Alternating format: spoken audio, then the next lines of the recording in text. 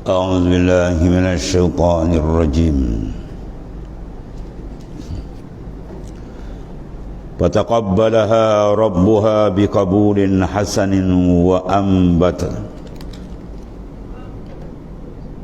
وأنبتها نباتا حسنا وكفلها زكريا كلما دخل عليها زكريا المحراب وجد عندها رزقا قال يا مريم أن لك هذا قالت هو من عند الله إن الله يرزق من يشاء بغير حساب.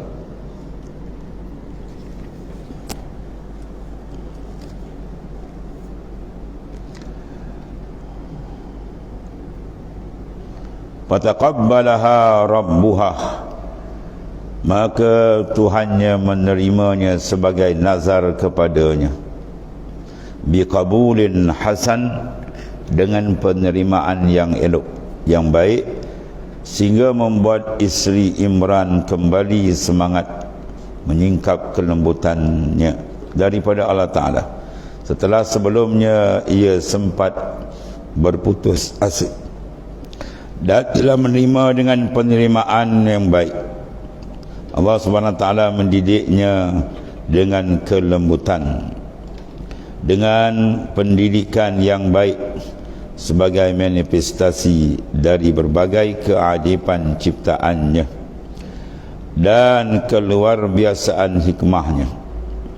Dan setelah itu dididik dan diterima oleh Allah Subhanahu Wa Taala, dan Taala menjadikan pemeliharaannya dan pengasuhannya adalah seorang penjaga rumah Allah Taala, iaitu yang bernama Zakaria.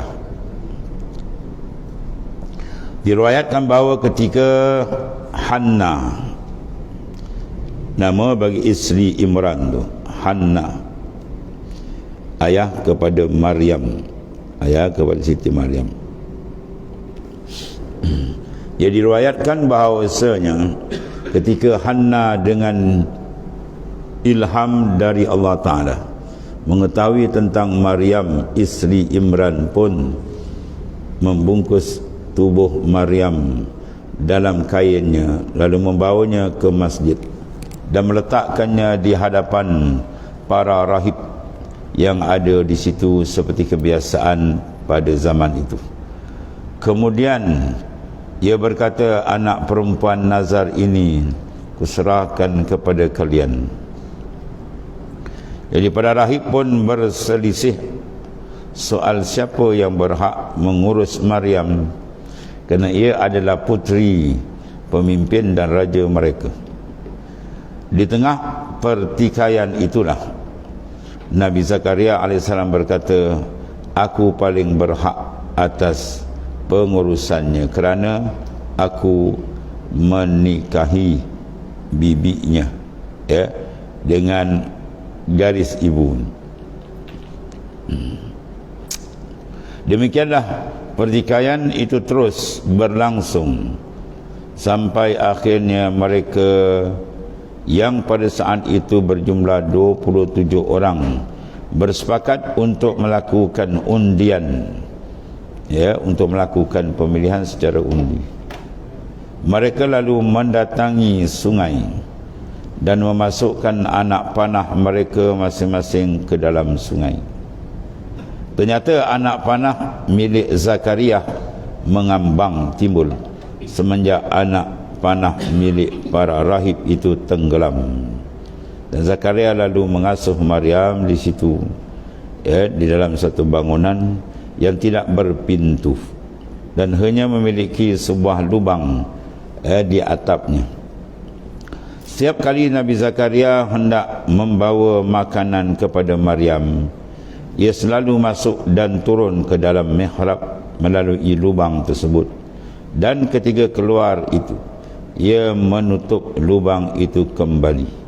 Tapi ternyata kullama dakhala 'alaiha Zakaria mihrab, setiap kali Nabi Zakaria masuk untuk menemui Maryam di mihrab untuk melihat keadaan Maryam, wajada indaha rizqah, ia dapati rezeki di sisinya berupa bermacam makanan dan buah-buahan.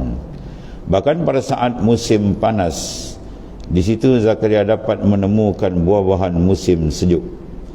Dan pada saat musim dingin, musim sejuk, di situ ia dapat menemukan buah-buahan musim panas.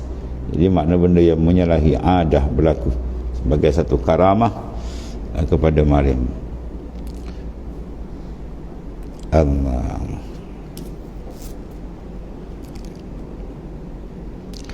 Kemudian Nabi Zakaria pun terkejut dengan semua itu hingga ia bertanya, qala ya Maryamu anna laki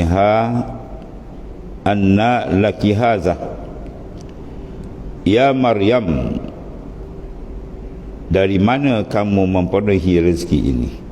Ya, anna laki hadza, daripada mana kamu dapat? Pelik-pelik, buah-buahan pula bukan di musimnya. Dari manakah engkau mendapat rezeki yang tidak mirip dengan makanan dunia ni? Ya, banyak mirip makanan makanan syurga saja.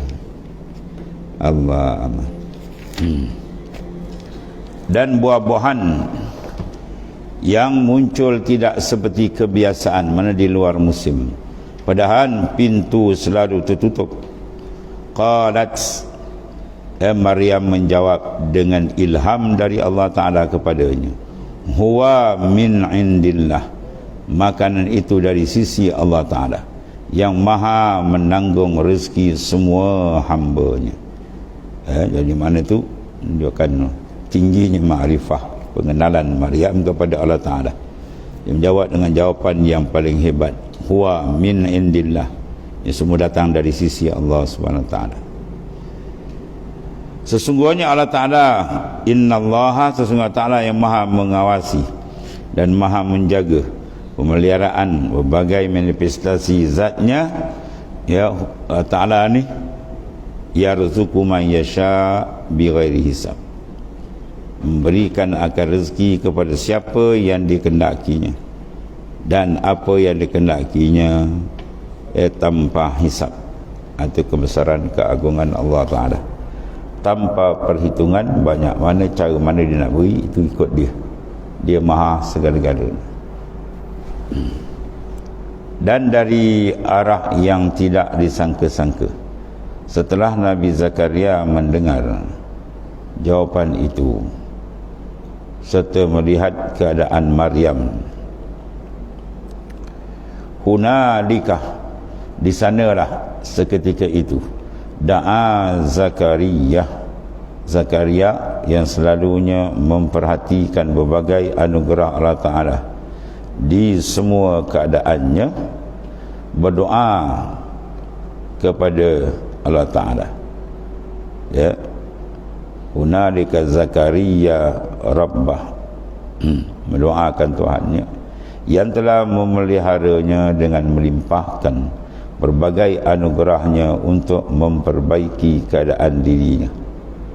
Dan doa itu Zakaria berharap semoga Ta'ala berkenan memberinya keturunan yang dapat menghidupkan terus namanya.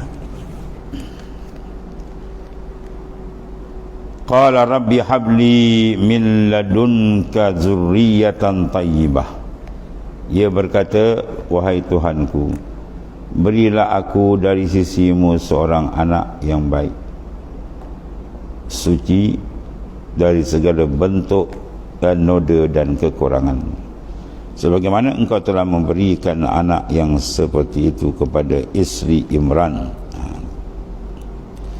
Innaka, sesungguhnya engkau zatmu yang meliputi seluruh sir hamba-hambamu, sami'ud doa, maha mendengar akan rayuan mana doa yang muncul dari bangsa isti'dad, ya, daripada bahasa isti'dad, mana persiapan mereka setelah engkau memasukkan isti'dad itu ke dalam hati mereka itu. Isti'dad membuat persiapan diri. Kerana doa yang dipanjatkan Zakaria itu memang muncul dari keinginan yang besar dan diucapkan dalam waktu yang tidak luput daripada pengetahuan Allah Subhanahu Wa Taala. Dia pun langsung menjawab doa itu dengan memerintahkan malaikat untuk menyampaikan berita gembira kepada Nabi Zakaria alaihissalam.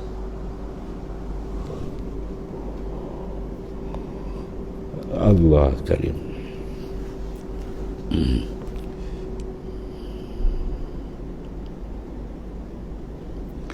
Qala Allah Ta'ala fanadathul malaikatu wa huwa qa'imun yusalli fil mihrab. Kemudian malaikat memanggil Nabi Zakaria alaihissalam dengan perintah dari Tuhannya. Iaitulah huwa pada saat itu berada dalam kondisi menunggu jawapan doa. Qa'imun, dia sedang berdiri untuk tunduk dan merendahkan diri di hadapan Allah Subhanahu Wa Taala dengan melakukan salat untuk Allah Taala, melakukan sembahyang seraya menghadap kepadanya, menghadap dengan cara yang layak, dan menghadap sebagaimana kita faham sama makhluk. Allah Ta'ala dasar dia kena jaga yang besar, laisa kamitslihi syai'. Allah Ta'ala tak serupa dengan makhluk. Allah, iaitulah yusalli fil mihrab, dia sembahyang di mihrab. Mihrab bermakna mahalul harbi, tempat berperang, itu panggil mihrab. Waktu sembahyang ni berperang dengan syaitan, dengan nafsu yang nak mengalih tawajuh hati kita kepada Allah Ta'ala. Di mihrab yang memang disiapkan untuk menyambut para malaikat yang berkata kepadanya, wahai Zakaria, ya Allah, innallaha yubashshiruka bi Yahya musaddiqan bi kalimatin minallahi wa sayyidan wa hasura wa nabiyyan minas salihin.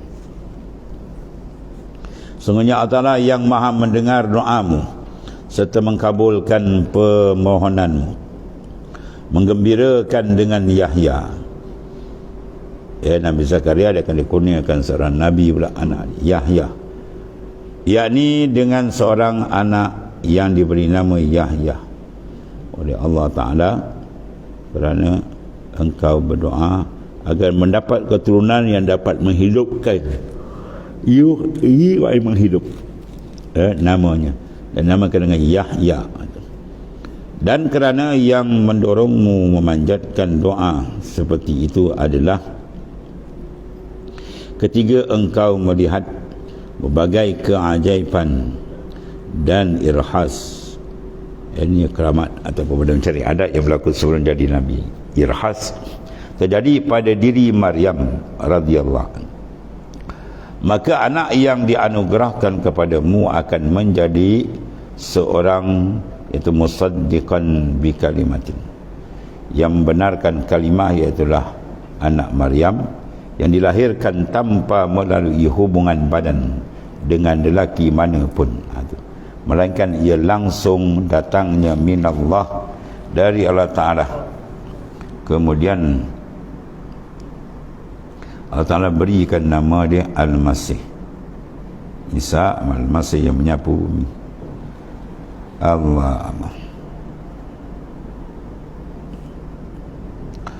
Dan kerana ia menjadi orang yang membenarkan Isa alaihi salam, maka ia menjadi sayyidan, maknanya panutan, mana penghulu yang luar biasa. Dan dia juga menunggali semua orang pada zamannya. Dia paling, maknanya terkenal hebat, tidak pernah memiliki niat untuk melakukan maksiat, bukan buat niat pun tak ada, ya apapun. Dan dia selain Yahya menjadi panutan dan pimpinan bagi kaumnya. Ia juga merupakan hasurah, selalu menahan diri, bahkan sangat kuat dalam menahan diri daripada segala bentuk hasrat hawa nafsu. Meski sebenarnya ia bisa melampiaskannya, kalau dia nak mendapat, dia tahan. Rasulullah bin minta Tuhan bagi kan? Ya. Dan kerana ia memiliki berbagai sifat seperti itu, maka ia pun nabi yang minas salihin, itu menjadi nabi di antara para nabi yang semuanya merupakan orang yang saleh, yang bertugas menyampaikan hukum-hukum Allah kepada hamba-hambanya serta menuntun mereka kepadanya.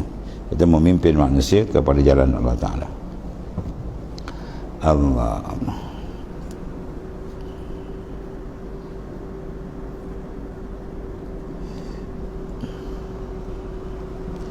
Kemudian setelah mendengar apa yang disampaikan malaikat kepadanya, qala rabbi anna yakunu li ilmun wa qad balaghani al-kibar wa imraati aqir ya maryam qunuti li rabbiki wasjudi warqi ma'ar rakiin. Dan seterusnya Allah Ta'ala menyatakan qala rabbi ila akhir. Sadaqallahu azim.